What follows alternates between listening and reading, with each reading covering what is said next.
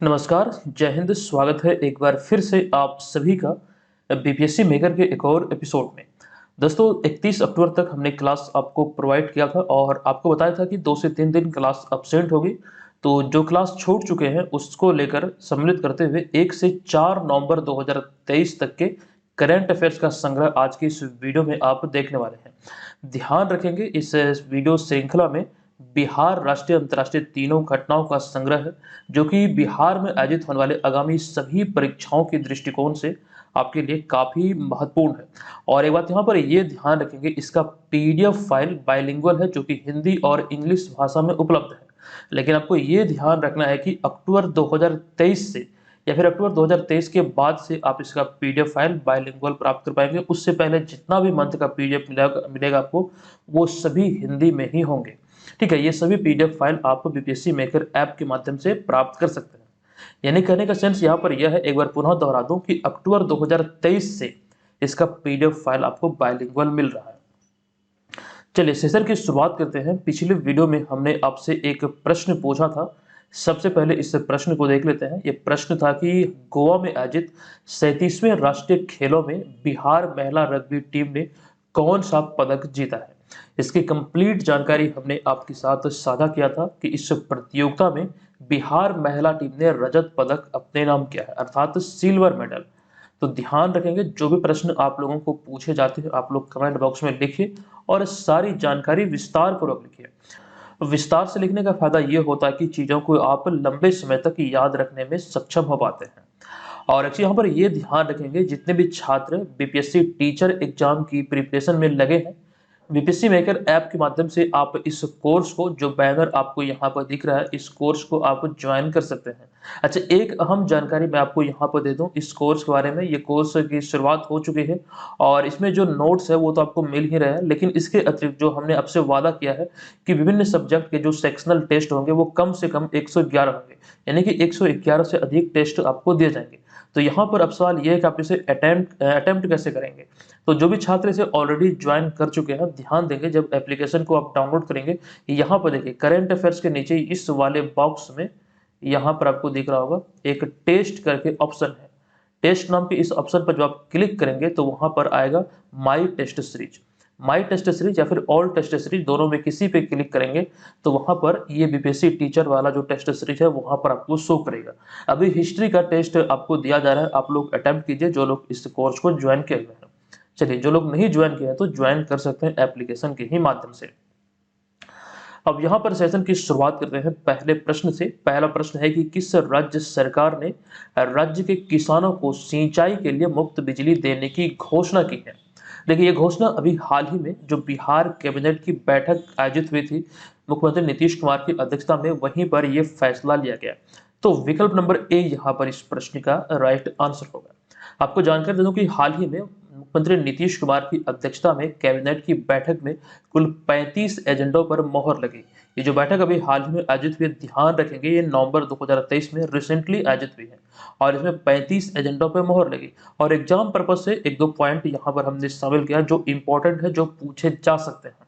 तो इसके तहत कैबिनेट ने मुख्यमंत्री कृषि विद्युत संबंध योजना के दूसरे चरण में किसानों को चतुर्थ कृषि रोड मैप के तहत सिंचाई के लिए मुफ्त बिजली कनेक्शन देने की घोषणा की है और बाकायदा इसके लिए 2190 करोड़ रुपए की राशि की मंजूरी भी दी गई है। तो ये भी आपको यहाँ से ध्यान रखना है। चतुर्थ कृषि रोड मैप के बारे में जो यहाँ पर चर्चा हो रही है, ऑलरेडी हमने कई बार आपको जानकारी दिया है कि चतुर्थ कृषि रोड मैप की शुरुआत अभी हाल ही में बिहार में 1 अप्रैल 2023 को हुई है, जो कि विधिवत या फिर कह सकते हैं इसका जो एक प्रकार से उद्घाटन अभी हाल ही में किया गया था। किनके द्वारा? तो द्रौपदी मुर्मू के द्वारा। ये भी जानकारी हमने आपको इसी सीरीज में दिया है और आपको ये ध्यान रखना है ये 2028 तक संचालित किया जाएगा।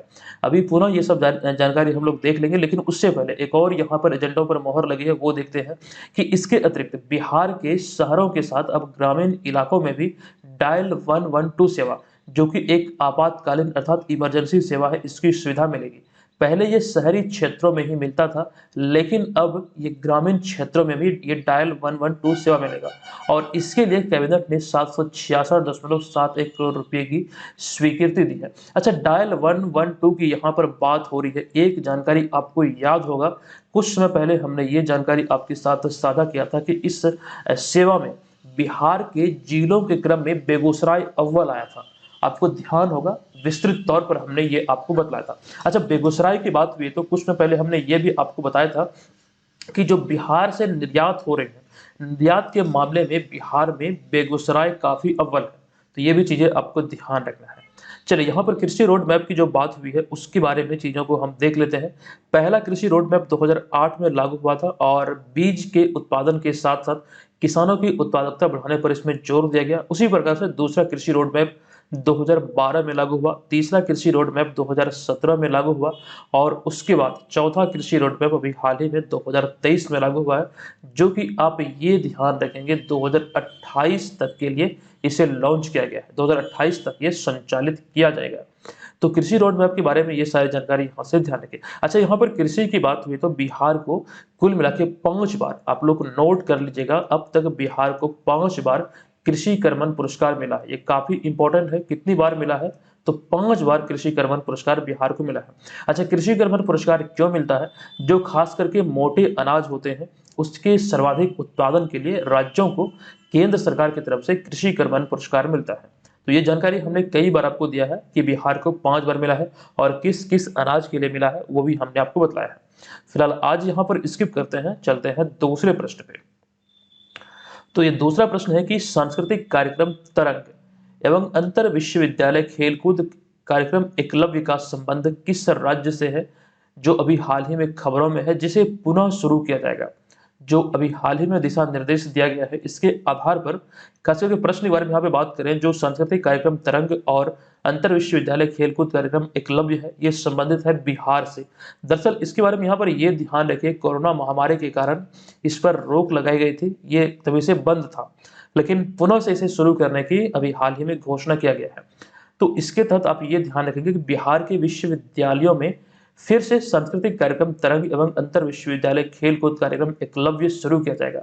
दरअसल यह कार्यक्रम कोविड महामारी के कारण बंद कर दिए गए थे, लेकिन हाल ही में राज्यपाल सह विश्वविद्यालय के सह कुलाधिपति राजेंद्र विश्वनाथ अर्लेकर ने विश्वविद्यालयों के कुलपतियों को इसके निर्देश दिए हैं कि इसे पुनः से शुरू किया जाए।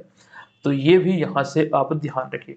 चलिए आगे, यहाँ पर एक और पॉइंट है बिहार के राज्यपाल के संबंध में कि बिहार में राज्यपाल के नाम से पहले महामहिम शब्द का प्रयोग नहीं बल्कि अब माननीय शब्द का इस्तेमाल होगा, अथवा माननीय के अतिरिक्त महोदय या फिर अंग्रेजी में ऑनरेबल शब्द का प्रयोग होगा।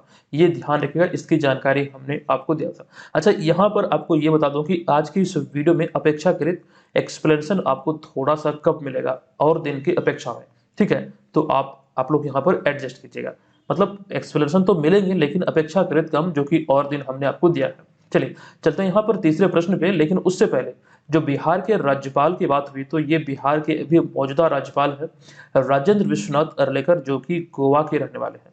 अच्छा, गोवा की बात हुई तो अभी हाल ही में गोवा के ही साहित्यकार दामोदर मौजो को अभी हाल ही में 57वां ज्ञानपीठ पुरस्कार दिया गया है।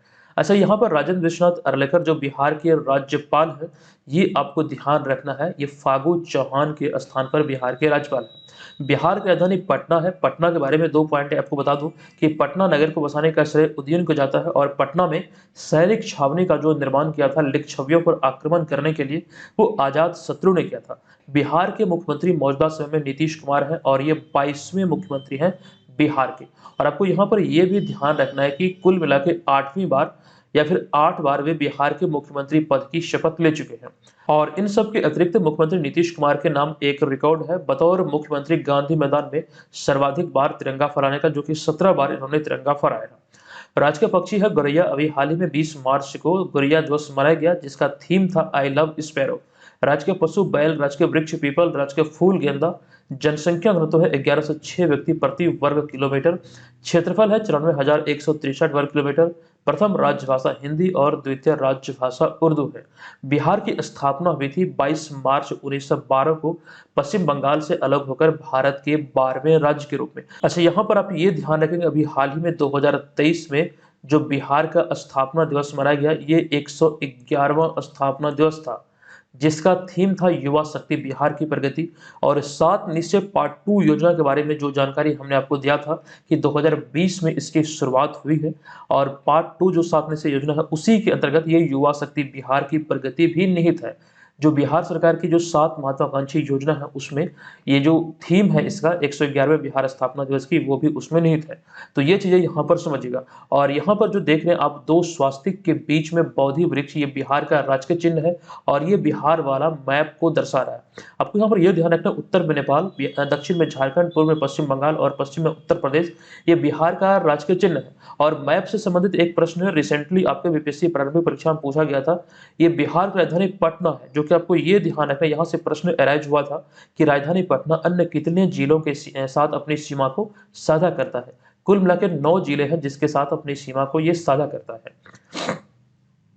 चलिए, तीसरा प्रश्न है कि गोवा में चल रहे 37वें राष्ट्रीय खेलों में बेगूसराय की श्रेया रानी ने कौन सा पदक जीता है। देखिए, 37वें राष्ट्रीय खेलों का जो आयोजन हो रहा है, इतिहास में पहली बार ये गोवा में आयोजित हो रहा है। इस प्रतियोगिता में बेगूसराय की श्रेया रानी ने कौन सा पदक जीता, तो राइट आंसर होगा सिल्वर मेडल, अर्थात रजत पदक इन्होंने अपने नाम किया है। चलिए, इसके बारे में चीजों को देख लेते हैं कि गोवा में आयोजित 37वें राष्ट्रीय खेलों में बेगूसराय बिहार की श्रेया रानी ने ताइक्वांडो में रजत पदक जीता है। दरअसल इसके बारे में यहाँ पर ध्यान रखना है आपको कि सेमीफाइनल में गोवा की सानिया खान को हराकर फाइनल में वह पहुंची थी, लेकिन फाइनल मुकाबले में मणिपुर की प्रियंका लिथेनम से वे हार गए, या फिर उन्हें हार का सामना करना पड़ा, जिसके बाद उन्हें इस प्रतियोगिता में रजत पदक अर्थात सिल्वर मेडल से संतोष करना पड़ा।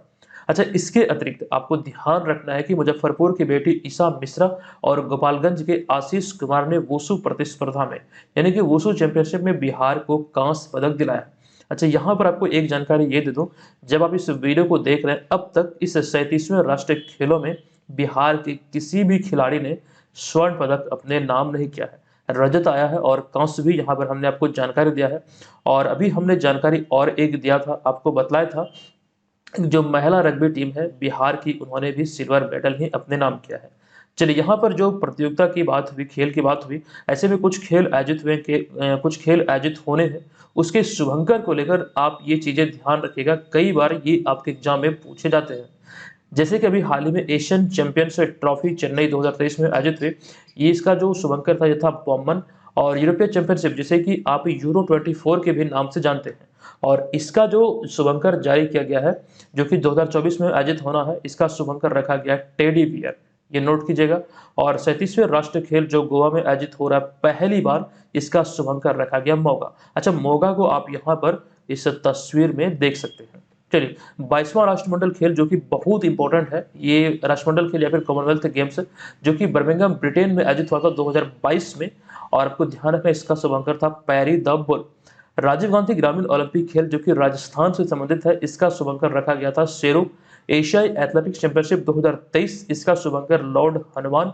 पेरिस ओलंपिक 2024, इसका शुभंकर रखा गया ओलंपिक फ्रीज। तो ये तमाम चीजें आपको यहाँ से ध्यान रखना है। चलिए, चौथे प्रश्न पे आ चुके हैं। प्रश्न है कि कहाँ 3 से 5 नवंबर 2023 तक आयोजित वर्ल्ड फूड इंडिया 2023 में बिहार पशु चिकित्सा महाविद्यालय पटना भी भाग लिया है। तो कुल मिला के बात यह है कि 3 से 5 नवंबर 2023 तक ये 3 दिवसीय वर्ल्ड फूड इंडिया 2023 जो आयोजन है, ये कहाँ हुआ है, तो राइट आंसर होगा राष्ट्रीय राजधानी नई दिल्ली में इसका आयोजन हुआ। तो विकल्प नंबर सी यहाँ पर इस प्रश्न का राइट आंसर होगा। राष्ट्रीय राजधानी नई दिल्ली में 3 से 5 नवंबर 2023 तक ये 3 दिवसीय वर्ल्ड फूड इंडिया 2023 का आयोजन किया गया। यह विश्व खाद्य भारत मेले का दूसरा संस्करण है, यानी कि कुल मिला के बात यहाँ पर यह कि वर्ल्ड इंडिया फूड 2023 का ये दूसरा संस्करण है और भारत इसकी मेजबानी कर रहा है। आपको यहाँ पर यह जानकारी दे दूं कि इस मेले में बिहार पशु चिकित्सा महाविद्यालय पटना भी भाग लिया, जहां पर बिहार के व्यंजनों को प्रदर्शित किया गया। खास करके जो लिट्टी चोखा है बिहार का, एक कह सकते हैं एक चर्चित, एक फेमस जो व्यंजन है, वो भी यहाँ पर प्रदर्शित किया गया। फिलहाल यहाँ पर जो चीजें हमने लिखा, ये आपके एग्जाम पर्पज से इंपॉर्टेंट है, ध्यान रखिएगा। ये इसका दूसरा संस्करण है, दिल्ली में आयोजित हुआ। ये आयोजन तिथि आपको ध्यान रखना है, और बिहार की तरफ से कौन भाग लिया ये भी आप ध्यान रखेंगे। चलिए, अगला 5वां प्रश्न है कि बिहार के शशि भूषण जो कि 37वें राष्ट्रीय खेल 2023 में 1500 मीटर दौड़ में रजत पदक जीता है। बताएं कि वे कहाँ के मूल निवासी हैं। देखिए ये भी 37वें राष्ट्रीय खेलों से ही संबंधित है, जो कि बिहार के लिए ये बहुत बड़ी गर्व की बात है। बिहार ने एक साथ इतने पदक कोई भी राष्ट्रीय खेलों में अब तक नहीं जीते थे।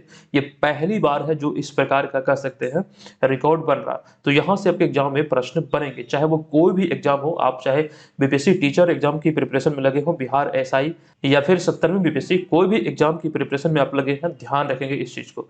तो यहाँ पर ये जो प्रश्न है ये बिहार के किस जिले के या फिर बिहार में कहाँ के निवासी है, तो नोट करेंगे आरा भोजपुर के रहने वाले हैं शशि भूषण, जिन्होंने यहाँ पर 37वें राष्ट्रीय खेलों में रजत पदक अपने नाम किया है। आरा भोजपुर के ये मूल रूप से रहने वाले हैं। अच्छा, आरा जो है ये भोजपुर जिला में एक स्थान है, ना कि आरा कोई जिला है। उसी प्रकार से सासाराम कोई जिला नहीं है बल्कि रोहतास जिला है। उसी प्रकार से हाजीपुर कोई जिला नहीं है बिहार में, वैशाली जिला है। उसी प्रकार से राजगीर इसमें कोई जिला नहीं है बिहार में, नालंदा जिला है। तो ये चीजें ध्यान रखिएगा, कंफ्यूजन आपको ना हो, इस वजह से यहाँ पर हमने शामिल कर दिया। अच्छा, इसके बारे में बात करें तो गोवा में पहली बार राष्ट्रीय खेल का आयोजन हो रहा है। ये इसका 37वां संस्करण है। हालांकि 36वें संस्करण की बात करें तो इससे पहला जो 36वां संस्करण था ये गुजरात में आयोजित हुआ था, और आपको हमने बतलाया भी था गुजरात के 6 शहरों में ये आयोजित हुआ है। चलिए इसके आयोजन की बात करें 37वें राष्ट्रीय खेलों की, तो 25 अक्टूबर 2023 को इसकी शुरुआत हुई है, जो कि 9 नवंबर 2023 तक ये आयोजित हो रहा है।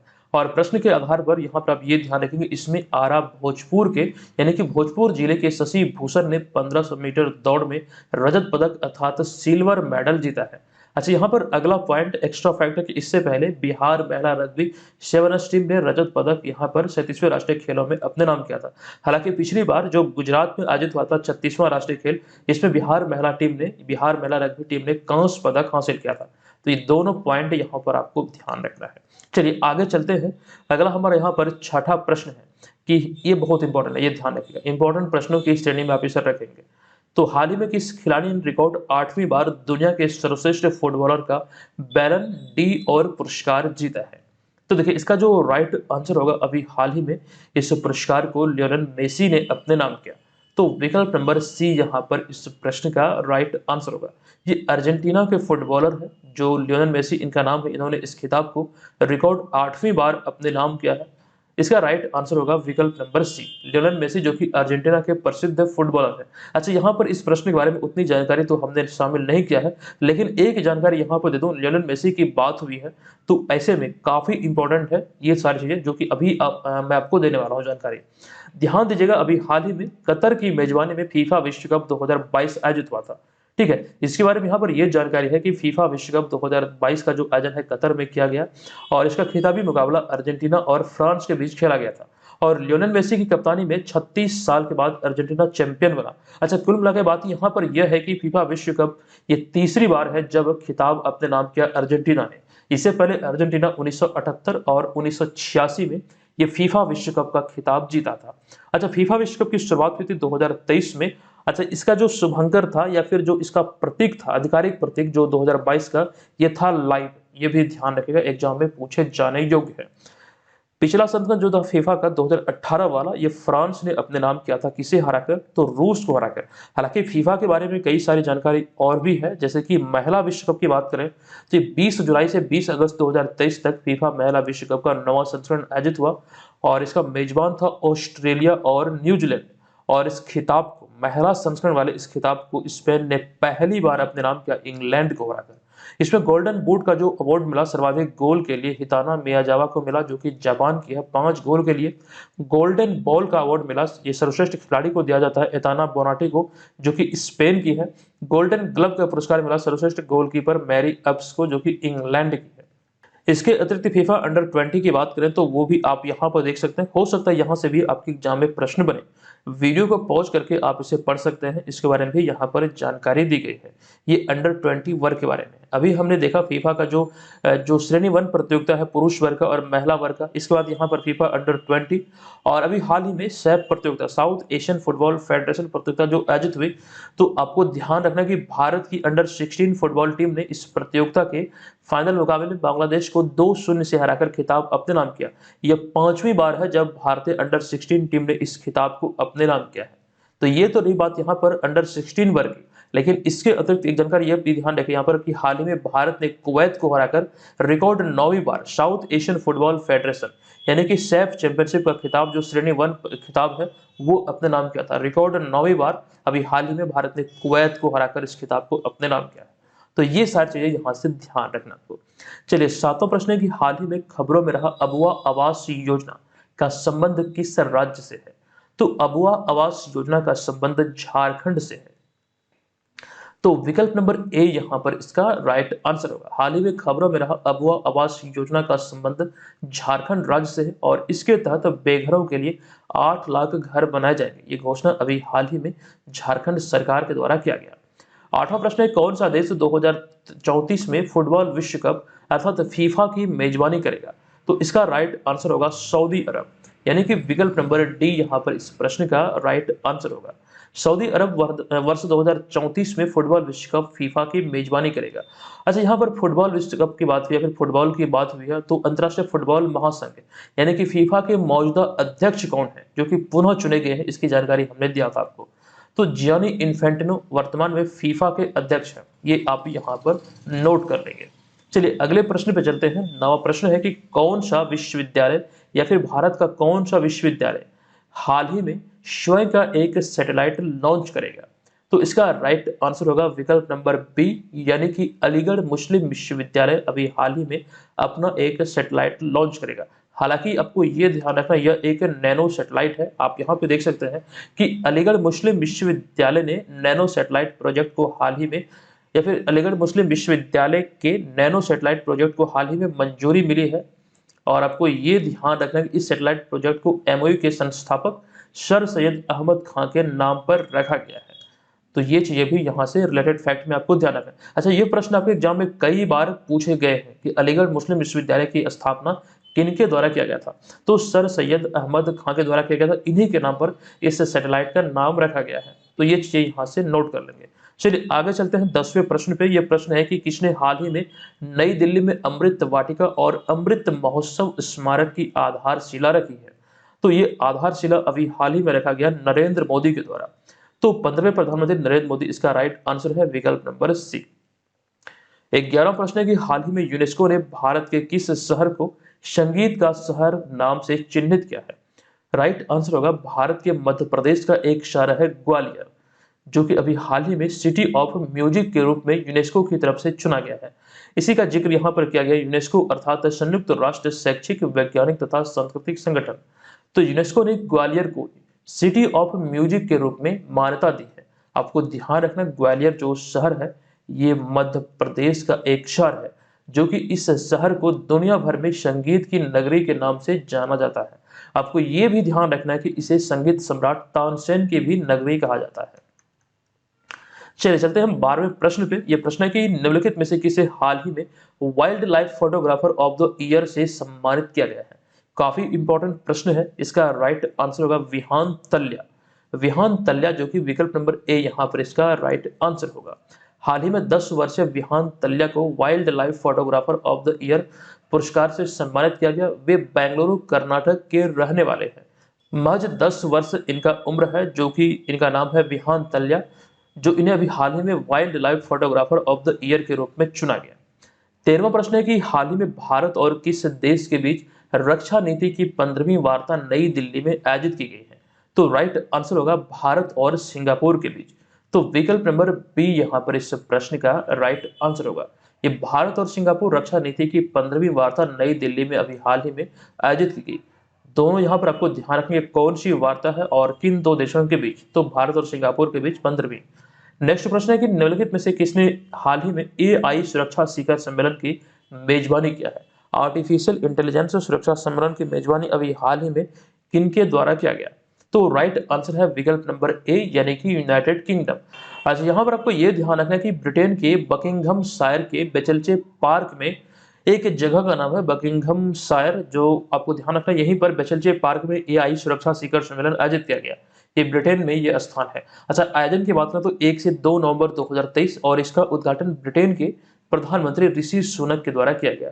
तो कुल मिला के बात यह है कि ये अभी हाल में ब्रिटेन में 1 से 2 नवंबर 2023 को आयोजित हुआ है और मूल रूप से इस जगह का नाम आप ध्यान रखेंगे ब्रिटेन के बकिंघम शायर के बेचलचे पार्क में।